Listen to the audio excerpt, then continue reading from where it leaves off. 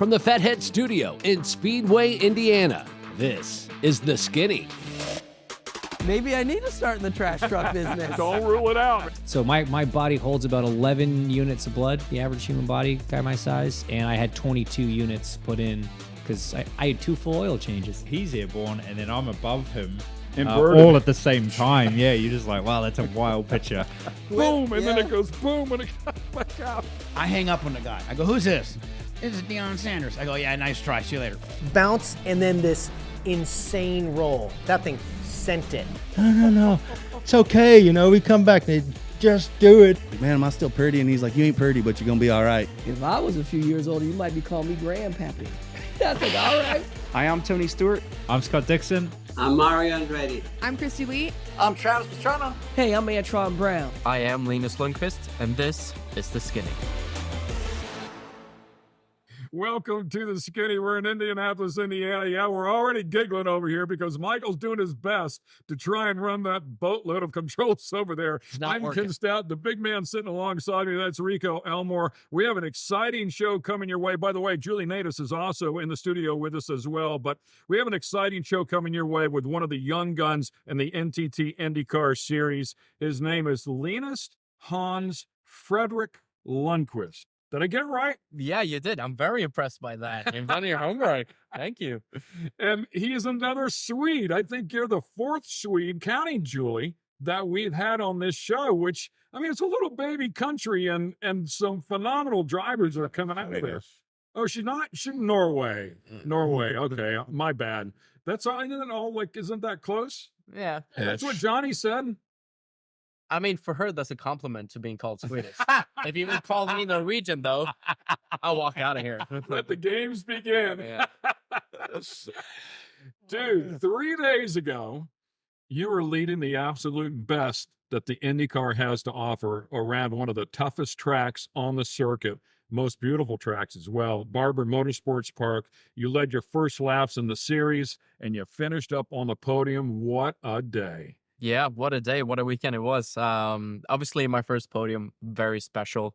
It was a funny race because it was kind of the tales of 2 different ones for me. The first half was basically like save as much fuel as you can. I was being passed left, right, and center. I felt like, honestly, I thought I was like, this is going to be the worst race ever. And then the final state of the race, the team just went, all right, you've done enough fuel saving now. You can push like crazy. And then all of a sudden we passed like 10 cars in the last stint, and they told me I was on the podium. So it was a good day. Yep, that's it. And that restart, that final restart, you were leaning on Power's rear wing. I mean, I don't know that you were going to get around him or not, but you definitely, if he made any sort of bobble, which, by the way, he did earlier in the race, he missed 5. Yeah. And went out potato picking for a minute. And I mean, you would have been right there. Yeah, I mean, and I knew as well because I had Alex, my teammate below, behind me, and he was on huge fuel saving. And with the last yellow, I thought maybe he doesn't have to fuel save anymore. So I almost was more worried about him passing me. But then, I got going, and then I felt pretty good in the first couple of corners. I was on the button, and, I was maybe looking to put in a move, but, I was still quite happy with getting a podium. I'll be honest with you, man. I'm watching the race, and it was just one of those moments where I was like, if he makes a mistake and hands you second place, okay, good. But dude, just keep it clean. Don't make a big mistake going for the whole gusto. Finish 3rd, a podium here, a rookie season. Just don't screw that up is what I was thinking, and you brought it home perfectly, man. Yeah, well, I'll tell you what, I thought the exact same thing. When the team when the team came on the radio saying that, hey, you're P3, I almost said, because I had no idea what kind of position I was in during the race, and they said, oh, you're running P3. I almost said to them, I was just like, I wish you hadn't told me that, because I got super nervous because there was like 10 laps to go. I'm like, I can only mess this up now because the Pesmies was down the road. So I was just like, all right, just be calm, take a breath, manage your gaps. And, I gave myself a lap time that I told myself, you need to hit this every lap to keep myself occupied, basically. And obviously it was enough. But yeah, even in the car, I got like nervous when they told me. You came out and you were on the gas. And what I think it was Rosenquist you passed, and then Pelot that you passed, if I'm not mistaken. Yeah. And but you passed. I mean, so you were in 6. You passed Rosenquist. I'm like, woo, he's top 5th, and then you pass Paul. Like, oh, he's in 3rd place. This is a great day, man. I mean, there was a lot of people excited for you, man. Yeah, thanks. Yeah, it was a good one. And like I said, because I think I even came out like 11th on that last stop. So we had to make some moves to get up. But you were starting to pass people. Like the first one, I think, was like Roshan and then Herda and then Kirkwood and then Rosenquist and then Armstrong and Palou. And I'm like, all right, these guys are usually pretty high up in the race. I'm like, we can't be doing too bad if I'm passing these guys.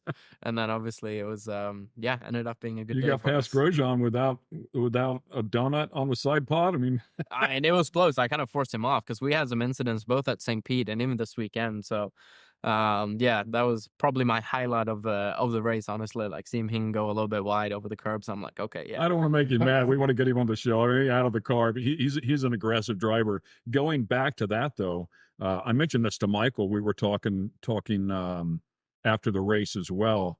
It was the most aggressive IndyCar race I can remember watching. I mean, there was a lot of side pod action, and they weren't throwing penalties. Basically, if they didn't spin out, it was pretty much good. There might have been one or two, but I mean, it was move people out of the way. And as a fan, I gotta tell you, dude, man, it was pretty exciting. Right. Yeah, I mean, I remember as well especially the first couple of laps, people were going crazy, and we started 19th, so quite down the pack. And obviously, that's where most of the craziness happened. And I was like on the radio. VK was back there making room. Yeah. He passed me, and I was just like, you know what? I'm just gonna let him kind of plow the way, and hopefully pick up the pieces. But yeah, I was on the radio to my team. I'm like, people are nuts out here. So I'm like, all right, I'm just gonna hit my fuel number, take it easy, and see what happens. And obviously, we kind of reaped the reward of it. But there were a little bit of craziness going on at the beginning of the race. How hard is that to do? To hold yourself back? It's the worst thing as a driver, as a competitor generally. You can go faster, but then you have to hit a number on your dash and you're being passed by people. It's the worst feeling ever. You feel like you're at the bottom of the barrel. You're like, what am I doing here? Like, should I even be competing? But the team, they did a good job. Like, they kept me informed. They're like, all right, just hit your number, and we're gonna give away a little bit of track position here, but we'll gain it at the next stop or whatever. And they were right, because every time we did like a pit stop, we cycled our way forward. So I'm like, all right. They actually know what they're doing. So like, all right, I'll listen to this as well.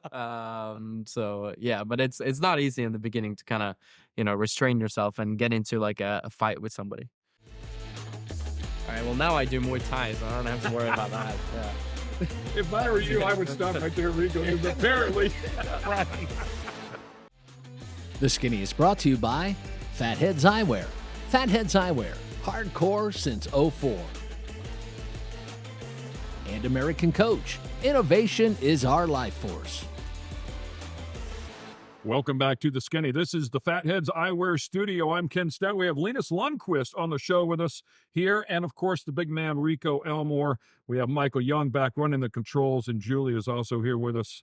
Looking forward to this one, man. A great first segment chatting with you. 25 years old, man. You're getting it done. I read in there where you really worked your way through the ladder.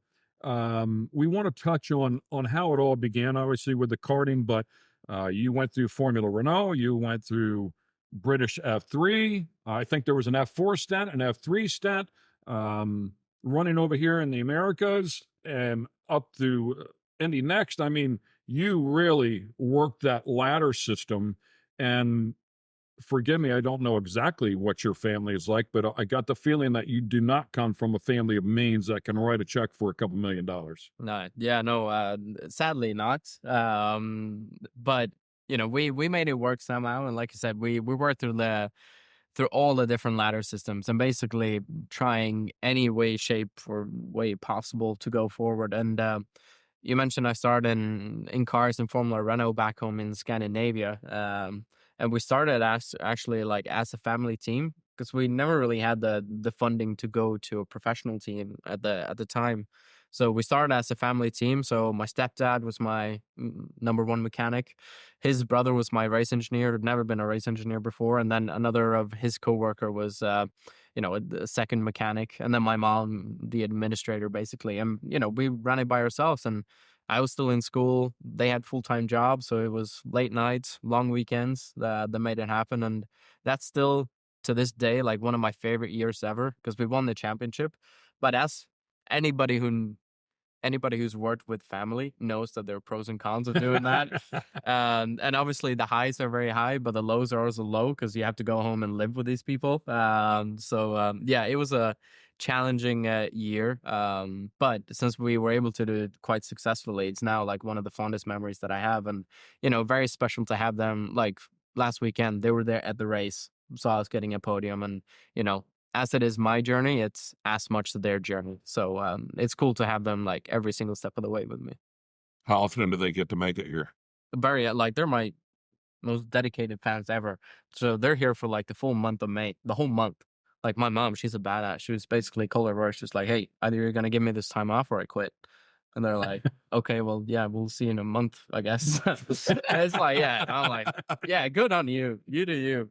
So yeah, I'm extremely fortunate that they're able to stay over here. So they're probably, we have 17 races. I think they're going to be at least 15 of them. So wow, that's awesome. It is awesome. I'm very happy to have them here. That's amazing. It's like Julie's dad flies in for her stuff. And I mean, there's some people that race here that can't get their family to fly cross country, let alone from another country, and yeah. And I shouldn't say there's few and far between, but it's a super cool situation. And that's one of our favorite questions is, how did you get here? Where did you start? Marcus Ericsson has a great story, with the, his dad was a painter and they go-karted out of it. And, another Swede, not like Julie from Norway, but another Swede. But man, that's awesome. Very cool. Yeah. No, so my journey kind of started because I have no family history or no racing history in my family. So I'm the first one to ever really be interested in it generally. So got introduced to it by accident. I got to try, or we went to an amusement park in Finland where my stepdad's from, and they had a go-kart track, and I was too young to drive myself, but they had one of these like tandem go-karts. So I got to sat next to him whilst he drove. And 5-year-old me just loved it so much. And then when we went back to Sweden, I got to try it myself. And, they said, if that's what you want to do, then we'll support you. So we bought a go-kart.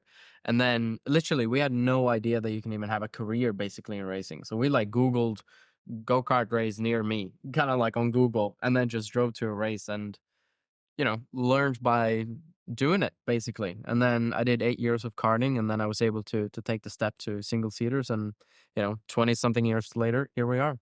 That's pretty wild. So I mean, we're talking, he's 25 years old, so we're talking about 2003.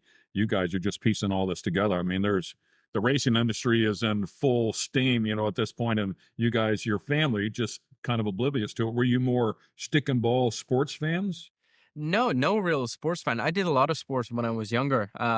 Tried different things, and it was very I liked soccer and ice hockey. It was kind of mandatory in Sweden to play, and I did all kinds of funny things like ping pong and judo and you name it. But judo. Yeah, I still do some martial arts. It's one of my passions outside of racing.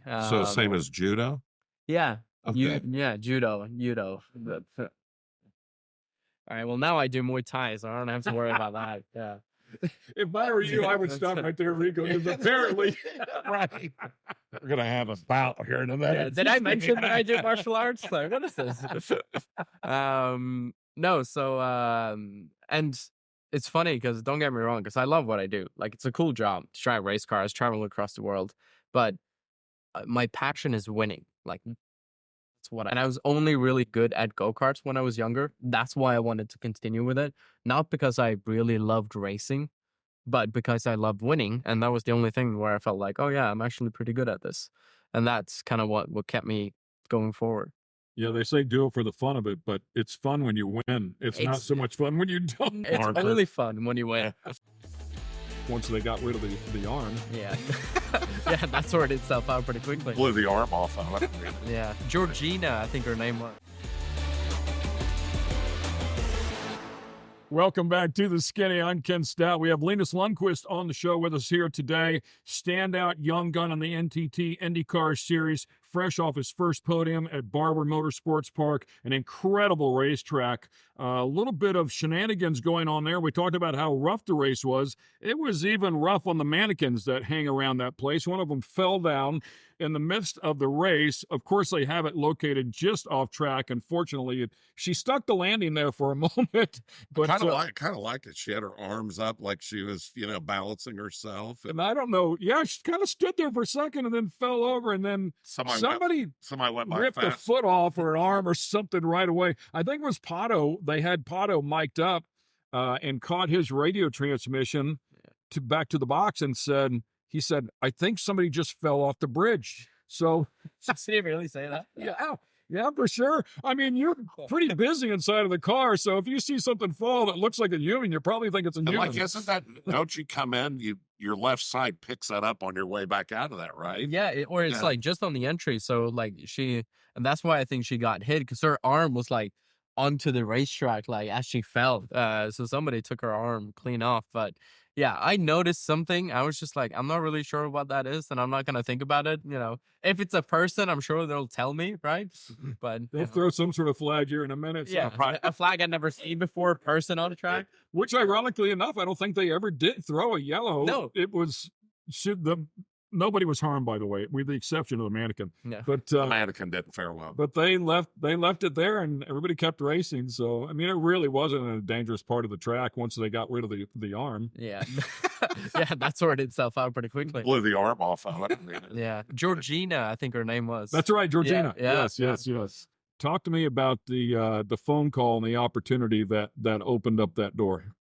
I mean, I remember it vividly, and the whole experience, because it was very crazy, because I got the opportunity to do my first ever IndyCar race at the beginning of August last year in Nashville together with Meyershank Racing, and that was a last minute opportunity that came together when Simon Pagenaud got hurt in one of his crashes in mid-Ohio, and they needed a fill-in driver. But it was the last minute phone call, kind of less than a week before the race. I got like the nod saying that, hey, you're in.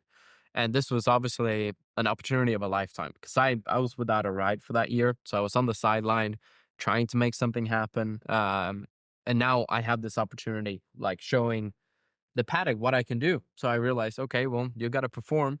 And it was a rough weekend to be thrown in. Nashville was one of the toughest street courses on the calendar. I had no testing previously at the end of a season, so everybody's up to speed. And we did pretty good. We were pretty fast. I did crash in the race, though, with like 10 laps to go. So I went through like a range of emotions that weekend of, the excitement and the pressure of doing my first IndyCar race, to crashing, thinking my career's over. Like, my one opportunity, and I blew it. To then me and a friend, another driver, James Rowe, we were driving back from Nashville, and I was kind of almost in tears. I was just like, that's it, kind of career over. I'm done. And my phone just started ringing, and it did not stop. And, these were people that I've been calling for months and years on, trying to get a ride, team principals in IndyCar, and all of a sudden they're calling me, and I'm just looking at the phone. I'm like, you're not going to believe this, who's calling me? And then obviously one of the calls that came through was from Ganassi, and it started there, and then obviously talks. Who called? Chip? Michael. Yeah. So funny story. I actually never even spoke to Chip before signing the agreement. I never talked to him directly, not once. Everything went through Mike, and then the deal was signed, and we sat down, talked about it, and I couldn't believe it. Like I said, I went through so many emotions that weekend, and at the end of it, we came out with, in my opinion, one of the best seats that you can be in. That is a hell of an honor to be called by that guy in that organization. I mean, there's a lot of good ones out there, but man, they're pretty tough. This building used to be Ganassi's shop. Really? This building? Yeah. I had no idea. I don't know if it was their original here, but it was one of their first shops. Any idea, Michael? No. I don't remember if I think this was their first big shop that they built in Indianapolis. Yes. Wow. Yeah, because they bought it from Patrick, right? Yeah. Bought it from Patrick, and then sold it to Schmidt, and then Schmidt sold it to Don Schumacher, drag racing, and then so on and so station or on. something. Then at Yeah, some point, police so. station, and we still get people This here is for the that, holding which is tank, amazing. which is Yeah. we got stuck here years ago. Yeah. Okay, we'll take a quick break right there. Stay with us. We'll be right back with more from Linus Lundqvist.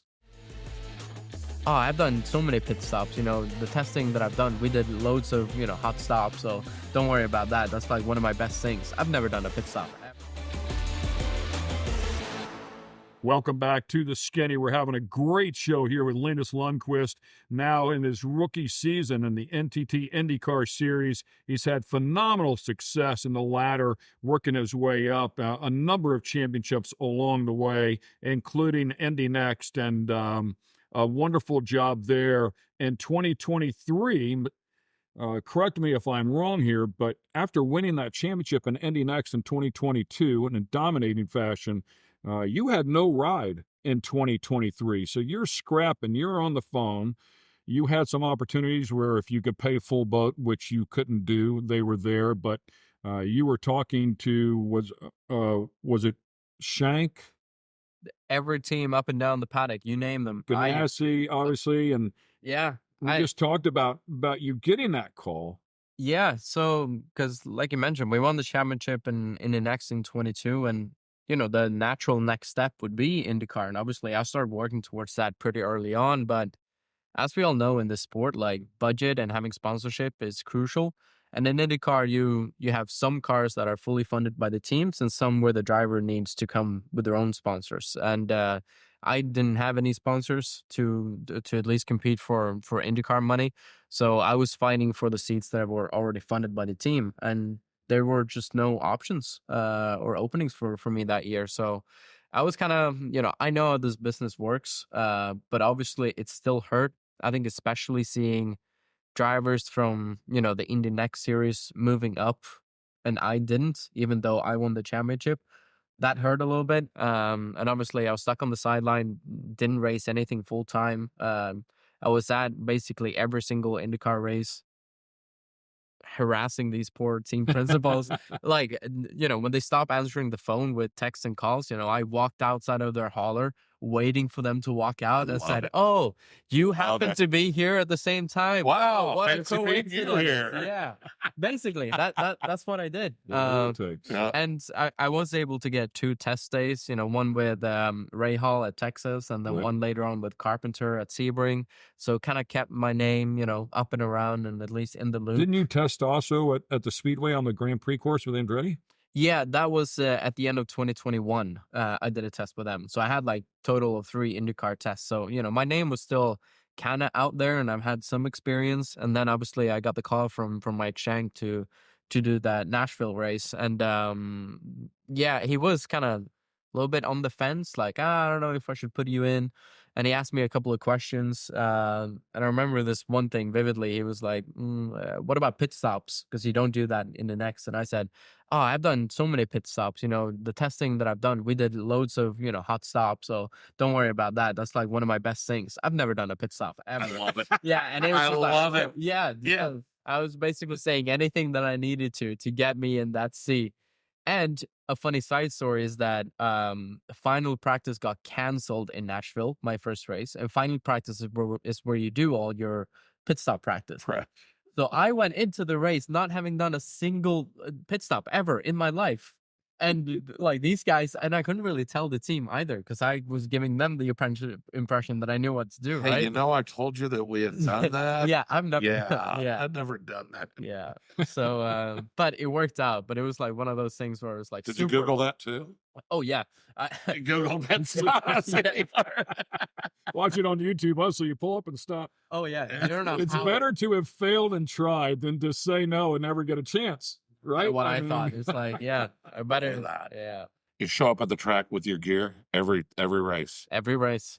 Got my helmet, got my suit, boots, everything ready.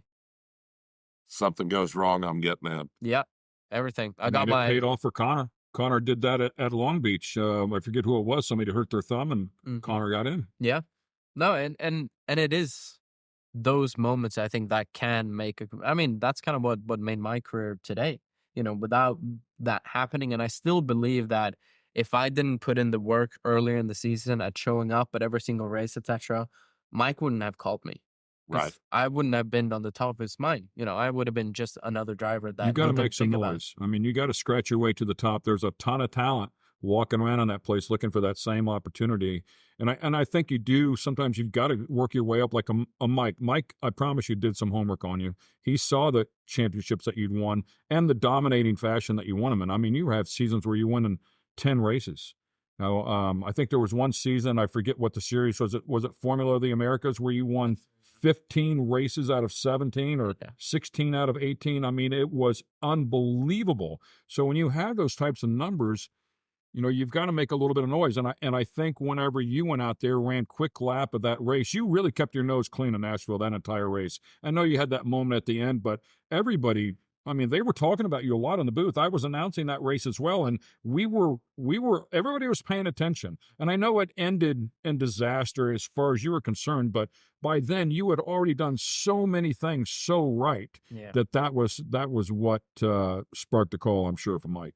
Yeah, and obviously I've kind of asked them now, just like, what kind of made you pick up the phone and call? And they said obviously Nashville was the big turnaround, and they say exactly like you said. Obviously you crashed at the end, which wasn't great, but you did more than enough leading up to that. In practice and qualifying, and I think now for me, looking back at it as well, I'm proud of the weekend. But when you're in the moment and you're a racer, I did a mistake and crashed. Obviously, I felt pretty bad. So I kind of got caught up in that a little bit. But once I had it for a couple of days and, people started calling and saying that, hey, you did a hell of a job. Correct me if I'm wrong, but I think you qualified inside of the Fast 12 that weekend as well, right? Yeah, so qualified your 11. debut in IndyCar and you're in the Fast 12, dude. You were making some noise. Yeah, we it was good, and it was so happy for the team as well, because they had a tough season going until then, so you could kind of feel the team like being excited about it. And then what was important to me as well, because then the team told me, hey, we want you in for the next weekend, which was going to be Indianapolis. And there we had a solid weekend. We finished P12, which was like the best finish of the car the year or of the year for that car. And it's like, okay, then I kind of proved to myself as well, like, okay, solid race. You were fast, picked up good points, no mistakes. And that to me as well was kind of a sign to the rest of the teams, just like, hey, I'm not just like a one-hit wonder. I can kind of back it up as well. Yeah, to wrap that up, by the way, he was on 3 races that year. He went to St. Louis as well. Very tough bull ring there for the Indy cars, and set fast lap of the race there, too. Yeah, he might have a little bit of talent. Stay with us. We have more from this young man in just a moment. But that was you then talking in my ear. It was me. Keeping me well confused in the beginning. I was like, what's going on here? The Skinny is brought to you by American Coach. American Coach. Innovation is our life force. And Fatheads Eyewear. Fatheads Eyewear. Hardcore since '04. Welcome back to the Fatheads Eyewear Studio. This is the Skinny. We have Linus Lundqvist on the show with us here today, and has won a number of championships. I wanted to talk about a couple of them, or just let the fans know. 2016 Formula Renault, won 10 races in the championship. British F3, won 7 races, 3 poles, and the championship at Silverstone. 2020 Formula Regional Americas champ. And that's when we talked about the incredible number of races you won there, 15 out of 17, I think it was. 2022, Indy Next champ, 5 wins, 9 podiums. The year before in Indy Next, you had 3 wins. I think the better part of 20 podiums total over the course of the 2 years. I mean, dude, you were getting it done no matter how you slice it. You had that great run at Barber, as we talked about, as we documented on the show. And from my experience with Dixon, became friends with Blair Julian. So as soon as I saw you have a good day, I texted him. I said, congrats, dude. I said, the kid's amazing. And he replied back. I said, by the way, we're going to have him on the show Wednesday. Perfect timing. I said, if you got any dirt on him so we can poke at him a little bit. But Blair being Blair, he took the high road. But you do want to hear what he said. He said, I'm still just getting to know him so far. I have nothing but respect. He's a huge talent. He's a low-profile guy, which suits me. I'm a big fan, and I'm looking forward to a lot more great races with Linus and the 8-car group. Pretty cool from Blair. That is very cool. I mean, he was with Dixon for, I don't know, 15, 20 years. I don't know, a long time. Yeah. Yeah, especially from a guy like that. Yeah, pretty That's cool, good. man. Yeah. You're surprisingly nice from him, I must say. yeah. And you're exactly right. When you, I say took the high road. He took the high road here, but when you're around him, he is not afraid to throw one at you, man. No, that's good. We kind of, everybody on that kind of 8 crew guy, we kind of work like that. So we have a good group going there. Yeah, wonderful, wonderful stuff, man. And that documentation down through there of all those wins. So I'm going to test your memory here a little bit because I failed it miserably. 2019, Precision Performance Motorsports, PPM, Rick and Brandon Godovic. Yeah. 24 Hours of Daytona. Yeah. Do you remember who your spotter was? No, I do not. No way, really? It was You're me. joking. I kid you not. So I'm going down, I'm doing my homework on you. And Did you remember? And that? I read in. No, I said I failed miserably too. I looked at my schedule. It's like, because I read 2019 or it's 24, and then it said PPM. I'm like, well, it's Godovic's. I spotted for them. And I think of 2019. I don't know if I was there that year. So I looked at my schedule, and sure enough, man, I was there. And I looked at, did I invoice PPM that year? I'm like, yes, I did. So I was your spotter at the 24 Hours of Daytona. I didn't remember it either. That's unbelievable. I remember it because that was the first time ever that I worked with a spotter as well. Because I was obviously in Europe, we don't have that. But that was you then talking in my ear. It was me. Keeping me well confused in the beginning. I was like, oh, what's going on here? And it's funny you say that because I've since worked with a couple of people from Europe, and you're exactly right. You guys don't have spotters over there. One of those, I mean, Matt Bell is very, very used to it now, but trying to think of the Lars Kern. Lars Kern, who's a factory Porsche driver, he comes over and races predominantly there in Europe. He comes over, and the team that I'm with, the IMSA team that I'm with, AWA on the Corvette, they have 100% belief in spotters. So they're not afraid to put 4 spotters around a big track. Wow. And just to keep, and we've kept the crash damage to a very, very low roar because of it. Saved them, hundreds of thousands of dollars probably. Yeah. But I've also heard Lars say, get me out of here.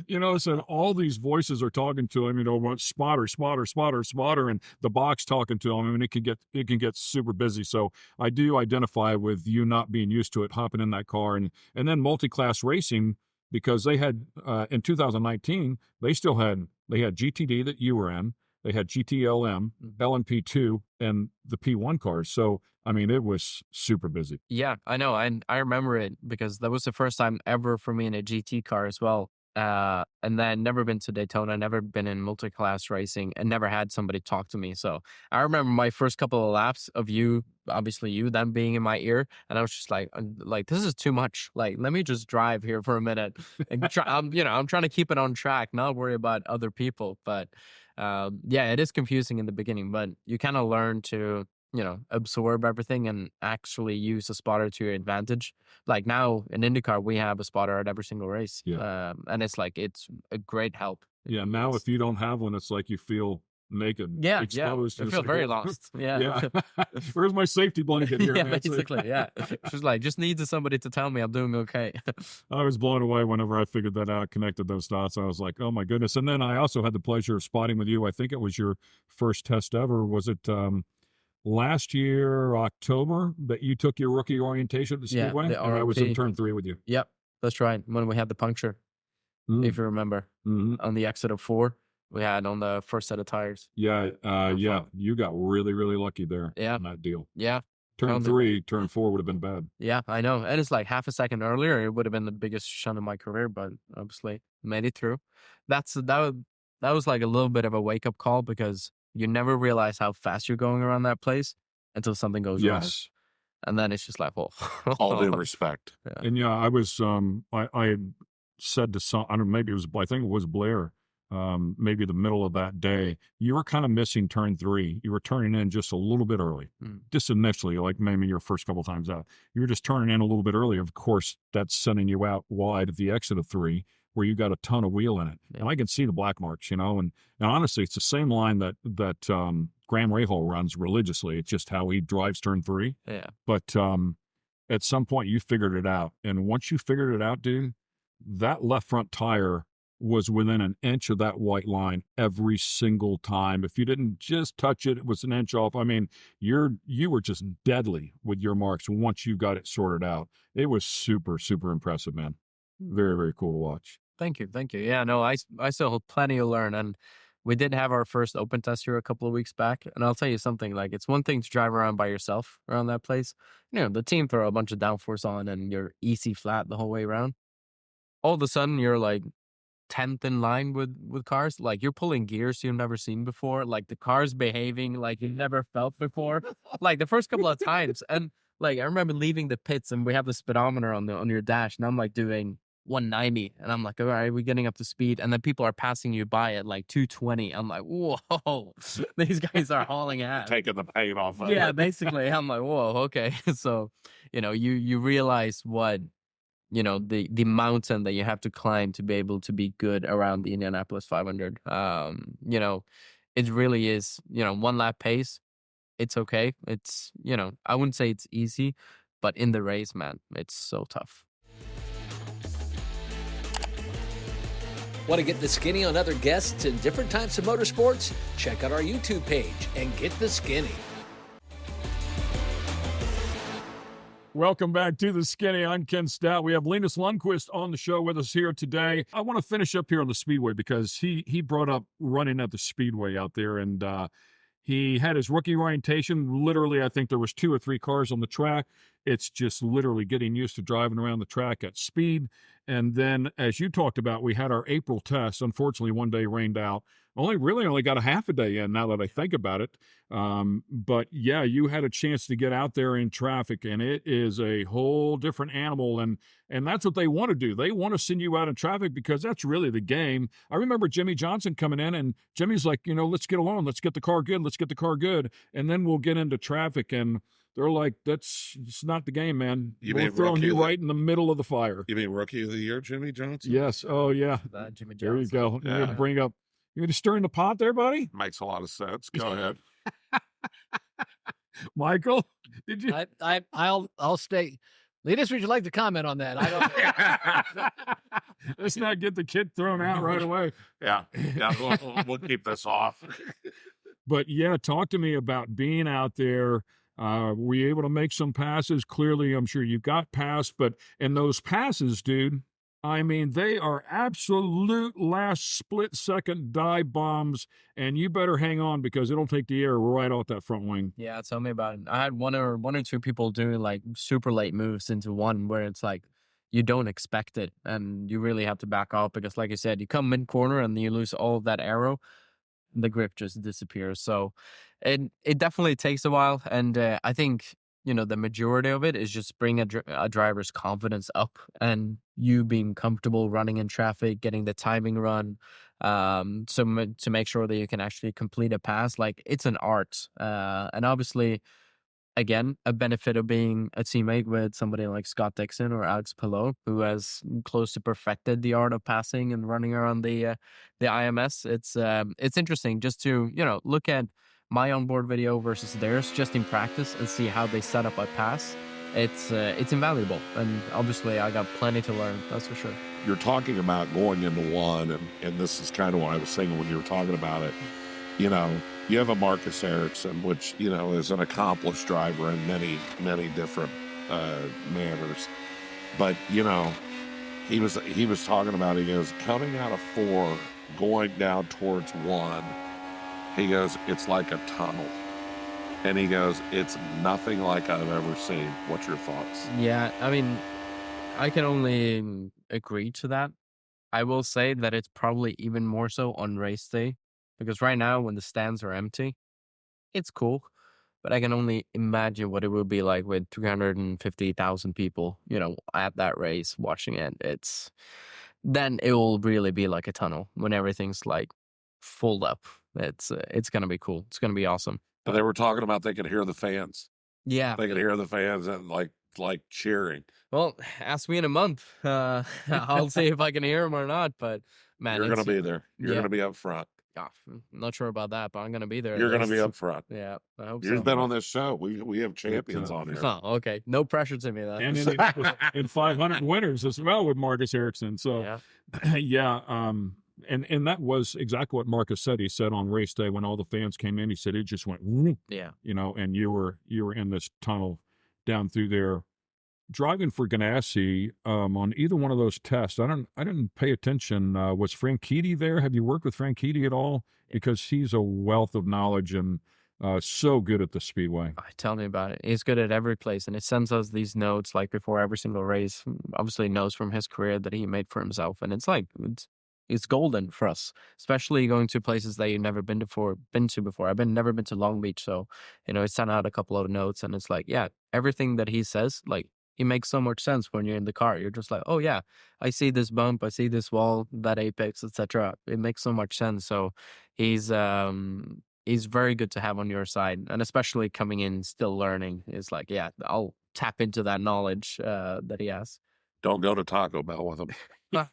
Or Dixon. Or Scott. Yeah. Stay with us. We'll be right back. Google that, by the way. Up one day with like 2 suitcases, knocked on his door and said, hello, that's me, I'm gonna live with you. The Skinny is brought to you by Fatheads Eyewear. Fatheads Eyewear, hardcore since '04. And American Coach, innovation is our life force.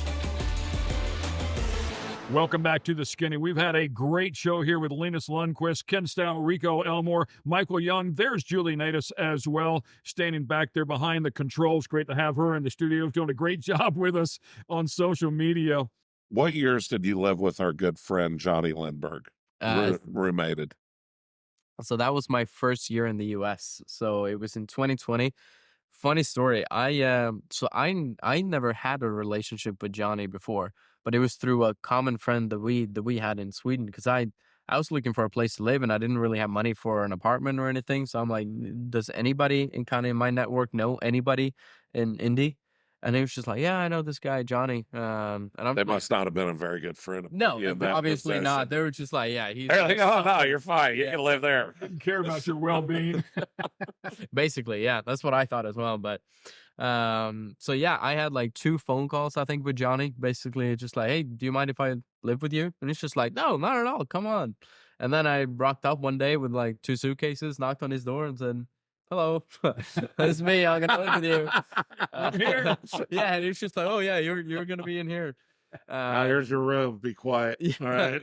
Yeah, but no, we had a blast, and I'm extremely thankful for that time because, like I said, it was my first time in the U.S. I didn't know anybody moving here, so obviously he kind of took care of me a little bit, introduced me to his friends, and did you go drag racing?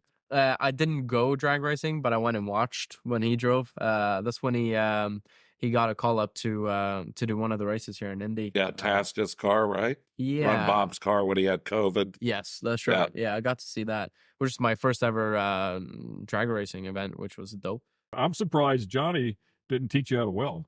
Yeah, me too. Well, the funny thing with Johnny is like he's such a workaholic as well. So sometimes I swear I didn't see him for like 4 days. And he was just like in his shop working, and then he'd stay in his room and sleep for like 24 hours straight. And then he'd go back out working, and then it's just like, oh, I'm so tired. I'm like, yeah, no wonder. Like, you work 23 hours a day. It's like, it's what you do.